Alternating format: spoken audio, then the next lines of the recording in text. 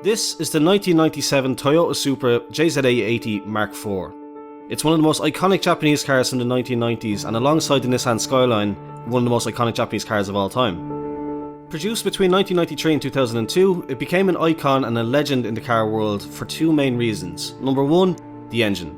It came with the straight 6 3-litre 2JZ GTE twin turbo, one of the most solid and tunable engines ever created, and second, a small appearance in a movie you may have heard of called The Fast and the Furious, where it was the hero car driven by the late Paul Walker.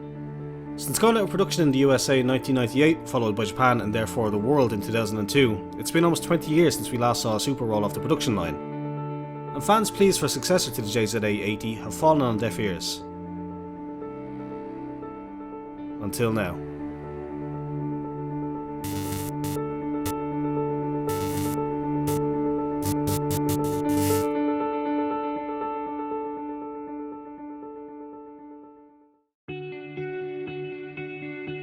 This is the 2020 GR Supra J29/DB, a revival of the Supra name built in partnership with BMW, similar to the partnership Toyota formed with Subaru to build the GT86/BRZ.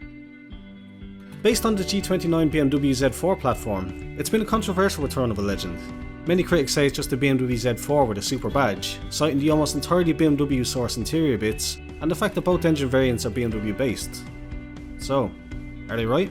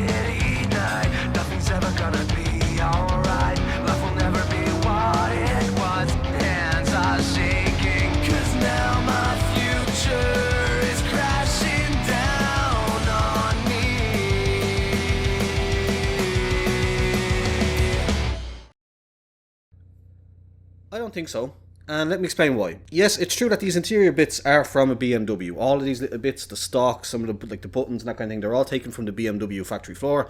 That's undeniable, we know this to be true. Yes, it is true that the two engine options, while there is a inline 6 3-litre engine very similar to the 2JZ, it also comes with a 4-cylinder 2-litre version, but they're both BMW engines. These are not Toyota made engines. These are not the successors to the 2JZ. And probably most contentiously for me personally, the fact that this isn't actually even technically a JZA90, it is a J29DB, which is kind of funny because the Z4 that everyone calls it a copy of is actually referred to as a G29 as like its chassis code. So that's kind of funny. J29, G29. Also, it only comes in an automatic, so while I can change the gears here, obviously, the actual real car only comes in an automatic. It's not offered in a manual in any way. So there's absolutely some valid concerns to be had about the car. Some people find the styling very controversial. I myself am kind of torn on it. It can look great. Frederick Hasbro's new car that was just announced recently, I'll flash up a picture here if you haven't seen it. It looks fantastic in my opinion. The base car kind of looks a bit strange if we have a look around. It's definitely Supra-esque, but I can also see 100% where people get the BMW aspect from. But from this point forward, we're going to do it like a traditional episode like that I've done so far. Obviously, I'm going for kind of a little more of a Top Gear-esque type thing so far. But here's why, basically, I think this car is fantastic. We're on Suzuka just to keep the flow. I know I usually do these episodes on the Nürburgring in kind of like a very serious, strict format, but just mixing up a little bit because I'd actually started recording this video and making this video before I'd even started doing those first review videos that I did on the BZ Simworks cars, the Porsche and the Ferrari. So, of course, I'm only going off this mod. It could be terrible. It could be very accurate. I don't know. I don't even know exactly where I got the mod from. I will leave a link in the description. I think it might be on the Assetto Corsa Wix car mods thing, but either way, I'll leave a link in the description if I can find it. But yeah, basically, obviously, I can only go what I have here to test on, and I think this car is a blast. So, if we get out onto the track, it sounds really good. It's not quite a 2JZ sound-wise, but it's very grippy. Unless you don't want it to be, in which case you can absolutely induce a bit of a slide out of it. Let's see if I can do so. I think it handles absolutely fantastically. It has a nice mixture of kind of grip when you need it, but then if you just want to induce a little bit of oversteer, you can. Yeah, it's very fun, very throwable. If you do it right, if you pull it off, it's very capable of holding a nice little slide, which is...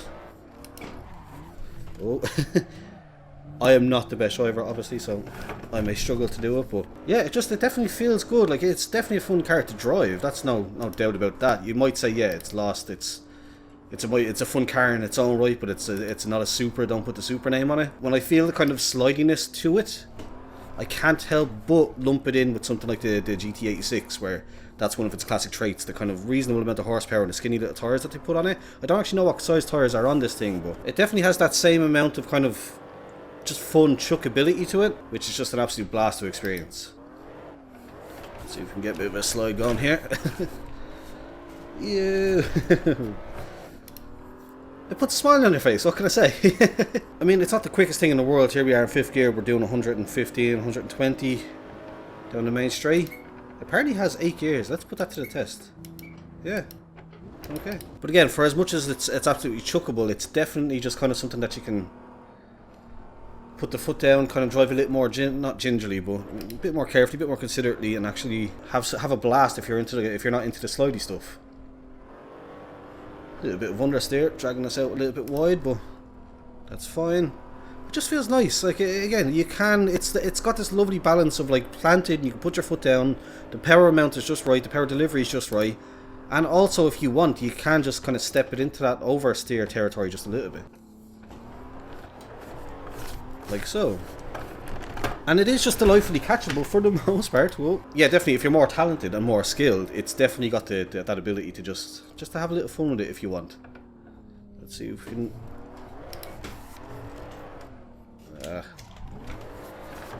it does have a handbrake, I forgot about that. Or, like, this mod at least has a handbrake function. I don't know if the actual car has one, I can't really see one looking down there. Oh, but actually, yeah, speaking of that, okay, so the interior bits, as we know, BMW have been over that, I've covered it a couple of times.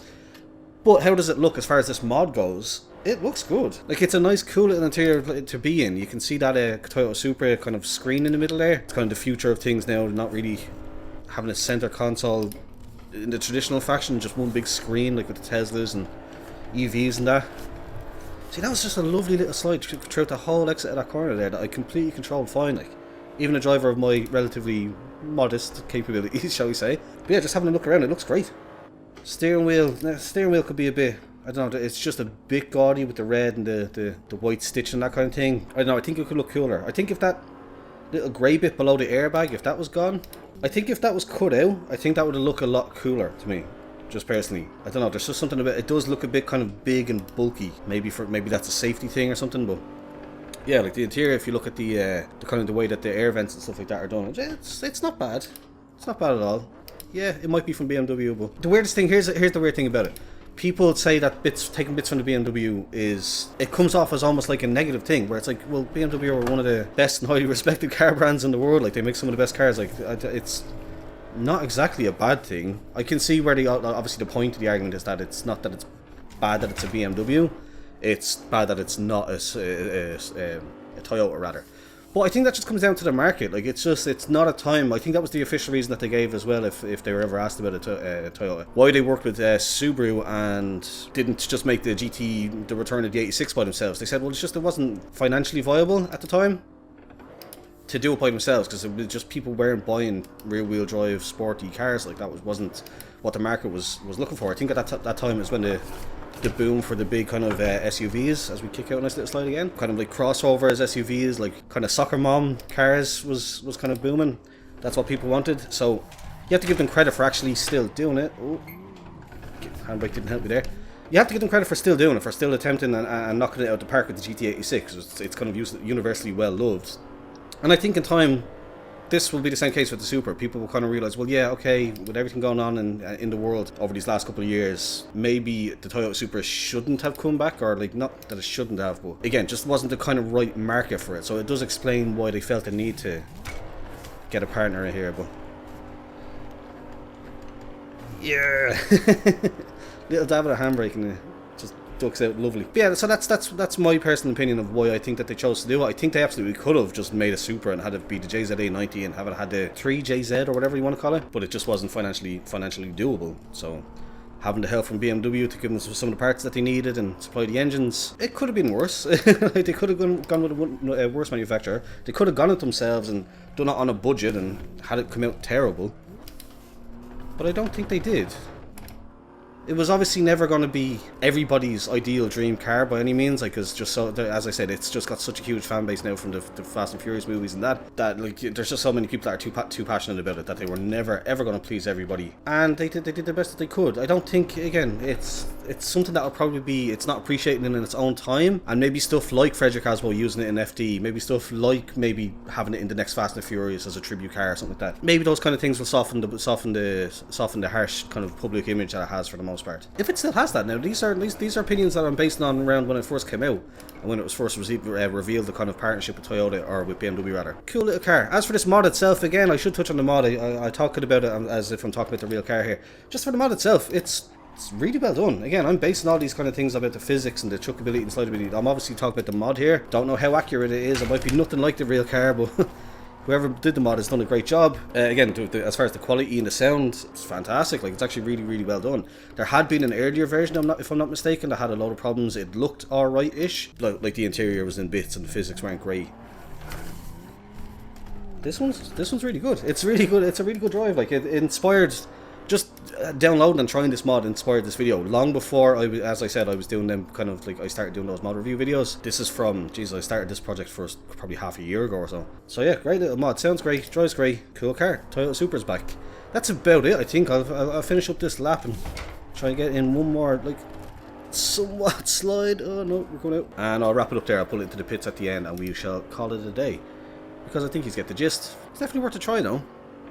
Definitely worth giving a second opinion. If you didn't like the Supra at first, maybe take on board some of what I said. Oh, as we bring it around the last few corners, I will leave it there and just say, if you enjoyed it, please do leave a thumbs up, subscribe if you're new here. Thanks for watching, and goodbye.